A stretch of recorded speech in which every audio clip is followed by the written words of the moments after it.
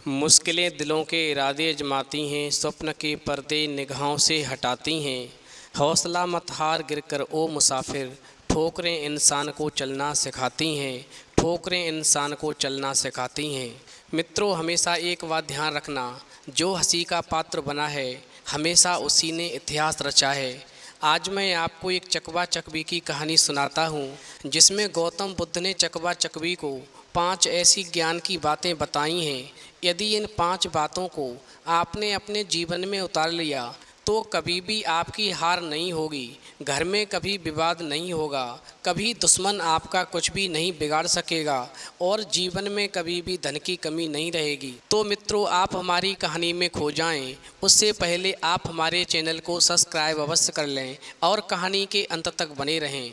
देखिए, एक चकवा अपनी चकवी के साथ में एक जंगल में रहता था। बहुत ही प्रेम से उन दोनों का जीवन व्यतीत हो रहा था। उन दोनों के बीच में कभी भी झगड़ा नहीं होता था, और यदि कहीं हो भी जाता तो चकवा की नाराज़गी चकवी सिर झुका कर के सहन कर लेती थी, और चकवी की यदि नाराज़गी होती तो चकवा चकवी की नाराज़गी को सिर झुका कर के सहन कर लेता था। मित्रों, कहने का तात्पर्य है कि चकवा और चकवी आपस के झगड़े को आपस में ही सुलझा लेते थे और एक दूसरे पर हमेशा विश्वास करके अपने जीवन को सुखमय व्यतीत कर रहे थे। चकवा के पास में धन की कोई कमी नहीं थी। चकवा रोजाना सुबह भोजन के लिए जाता था और शाम तक बहुत सारा धन लेकर के आता था। घर में शांति रहती थी। इसी वजह से चकवा के ऊपर लक्ष्मी जी की कृपा थी। चकवा के पास किसी चीज़ की कोई कमी नहीं थी। दोनों ही ऐसो आराम का जीवन जी रहे थे। मित्रों, ये तो आप जानते ही हैं कि जिस घर में शांति होती है, लक्ष्मी जी की कृपा हमेशा उस घर पर बनी रहती है। अब जब चकवा शाम को भोजन लेकर के लौटता था तो चकवी के साथ बैठ कर के मिल बांट कर के प्रेम से भोजन करता था।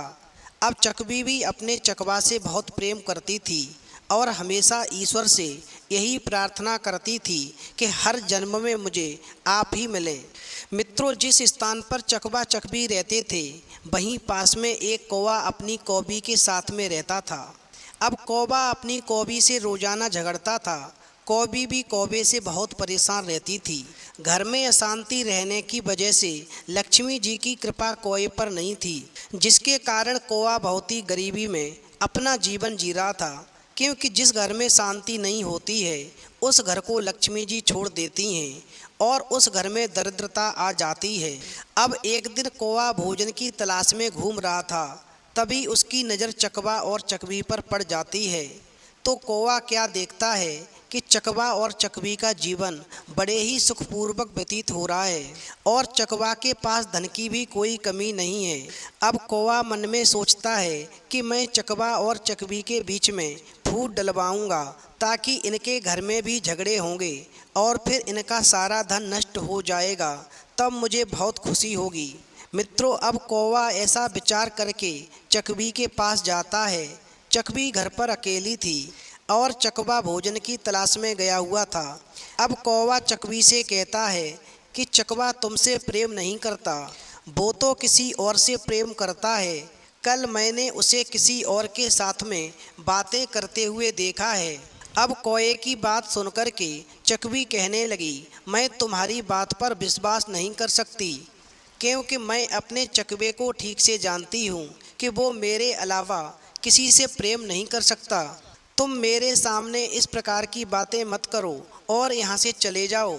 अब कौवा चकवी की बात सुनकर के वापस लौट आता है और फिर अगले दिन चकवा के पास जाता है और कहता है कि तुम्हारी चकवी तुमसे प्रेम नहीं करती, वो तो किसी और से प्रेम करती है। मैंने तुम्हारी चकवी को किसी और के साथ बातें करते हुए अपनी आँखों से देखा है। तुम मेरे मित्र हो, इसीलिए मैं तुम्हें बता रहा हूँ, जिससे तुम सावधान हो जाओ, कहीं धोखा ना खा जाओ। अब कौवे की बात सुनकर के चकवा ने कहा, तुम झूठ बोलते हो, मैं अपनी चकवी को ठीक से जानता हूँ, वो मेरे अलावा किसी से बात नहीं कर सकती। अब आज के बाद में मेरे पास कभी मत आना और इस प्रकार की बातें मत करना। अब तो कौवा चकवी की बात को सुनकर के वापस लौट आता है और अपनी कौवी से आकर कहता है, अगर तुम चाहती हो कि मैं तुमसे प्रेम से बोलूं और कभी तुमसे झगड़ा ना करूं, तो तुम्हें मेरा एक काम करना होगा। अब कौवा की बात सुनकर के कौवी कहती है, ठीक है, यदि तुम मुझसे झगड़ा नहीं करोगे तो मैं तुम्हारा काम करने के लिए तैयार हूँ।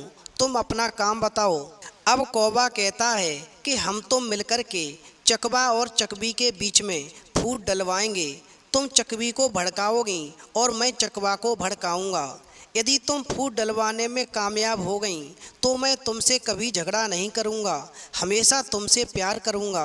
मित्रों, इस प्रकार कौए की बात सुनकर के कौवी तैयार हो जाती है और फिर चकवी के पास जाकर के रोजाना कहती है कि चकवा तुमसे प्रेम नहीं करता, वो तो किसी और से प्रेम करता है। मैं रोजाना उसे किसी और से बातें करते देखती हूँ। मित्रों, इधर तो कौवी चकवी को भड़काती है और उधर कौवा चकवा को चकवी के प्रति भड़काता है। अब एक बात तो निश्चित है, जब किसी से कोई बात रोजाना कही जाती है तो सामने वाले के दिमाग में वो बातें बैठने लगती हैं। वही चकवा चकवी के साथ होता है। कौवा और कौवी ने मिलकर के चकवा और चकवी के बीच में एक दूसरे के प्रति शक की भावना पैदा कर दी। अब चकवा एक दिन शाम को जब घर वापस आता है तो चकवी से कहता है कि मैं जानता हूँ कि तुम मुझसे प्रेम नहीं करती, तुम किसी और से प्रेम करती हो। तो चकवी भी कहने लगती है कि मुझे भी सब पता है कि तुम भी मुझसे प्रेम नहीं करते, तुम भी किसी और से प्रेम करते हो। अब इस प्रकार चकवा और चकवी के बीच में झगड़े शुरू हो जाते हैं। चकवा टेंशन में आकर के भोजन की तलाश बंद कर देता है। अब एक दिन ऐसा आ गया कि घर पर जमा सारा धन समाप्त हो गया। घर में अशांति होने के कारण लक्ष्मी जी चकवा का घर छोड़कर के चली गईं। फिर घर में दरिद्रता आ गई और चकवा और चकवी जो थे भूख से तड़फने लगे। जब चकवा और चकवी का जीवन पूरी तरह से अस्त व्यस्त हो गया, तब एक दिन चकवा चकवी से कहता है, प्रिय, जब हमारे घर में झगड़े नहीं होते थे, हम एक दूसरे पर विश्वास करते थे, हमारे यहाँ पर किसी भी चीज़ की कोई कमी नहीं थी। आज आपसी झगड़ों की वजह से हम दोनों पेट भरने के लिए भी तड़फ रहे हैं। अब चकवे की बात सुनकर के चकवी कहने लगती है, अब हमें क्या करना चाहिए? तो चकवा कहता है कि जंगल में एक गुफा है, वहाँ पर एक साधु रहते हैं, हमें उनके पास चलना चाहिए, वो हमारी समस्या का समाधान अवश्य कर देंगे। अब इस प्रकार से वो चकवा और चकवी गौतम बुद्ध के पास जाते हैं और आँखों में आंसू लेकर के अपनी बीती सारी घटना सुनाते हैं। तो गौतम बुद्ध कहते हैं, आंसू पोंछ लो और मेरी 5 बातें जीवन में उतार लो, कभी किसी चीज़ के लिए परेशान नहीं रहोगे। और ये 5 बातें वो हैं, जो भी मनुष्य इन 5 बातों का पालन करता है उसके घर में कभी भी लड़ाई झगड़े नहीं होते, धन की कभी कमी नहीं रहती, लक्ष्मी जी की कृपा हमेशा बनी रहती है, जीवन में कभी भी हार का सामना नहीं करना पड़ता। नंबर 1, जो तुम्हारे सगे संबंधी होते हैं, जो तुम्हारे मित्र होते हैं, जो तुम्हारे बारे में अच्छे से जानते हैं, वो ही तुम्हारी जड़ काटते हैं, वो ही हमेशा तुम्हें नीचा दिखाने की कोशिश करते हैं। एक कहावत ध्यान रखना, घर का भेदी लंका ढावे। जो तुम्हारे राज जानता है वही तुम्हारे दुखों का कारण बनता है। इसीलिए कभी भी अपने करीबियों को अपने राज की बातें नहीं बताएं, अपनी गुप्त बातें भूलकर भी ना बताएं, और कभी अपने मित्र के सामने अपने धनी होने का दिखावा न करें। यदि तुम अपने मित्र के सामने अपने धनवान होने का दिखावा करोगे और अपने बड़प्पन का दिखावा करोगे तो वो मित्र आपके प्रति अपने मन में गलत धारणा बना लेगा और फिर तुमसे दूर होने लगेगा और तुम्हें हमेशा नीचा दिखाने की कोशिश करेगा। इसीलिए अपने मित्र के सामने कभी भी धनी होने का दिखावा मत करना। नंबर 2, दूसरे के कहने पर कभी विश्वास नहीं करना चाहिए जब तक तुम अपनी आँखों से वो सब देख न लो। यदि किसी ने तुम्हारे कानों को भर दिया है, तुम्हारे अपनों के बीच में मनमुटाव पैदा कर दिया है, तो कभी दूसरों के द्वारा कही बातों पर विश्वास नहीं करना चाहिए। पहले उसकी सत्यता की जांच करनी चाहिए, क्या वास्तव में जो घटना हमने सुनी है वो सत्य है या नहीं।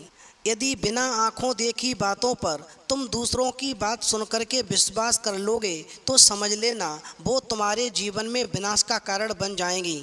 नंबर 3, अपनों पर कभी भी शक नहीं करनी चाहिए, क्योंकि दूसरों के कहने सुनने में आकर के अपनों पर शक करना विनाश को न्योता देना होता है।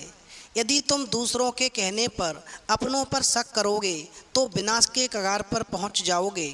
फिर पिता पुत्र माँ पत्नी पर भूलकर भी शक नहीं करना चाहिए। तुम गैरों पर शक कर सकते हो लेकिन अपनों पर नहीं।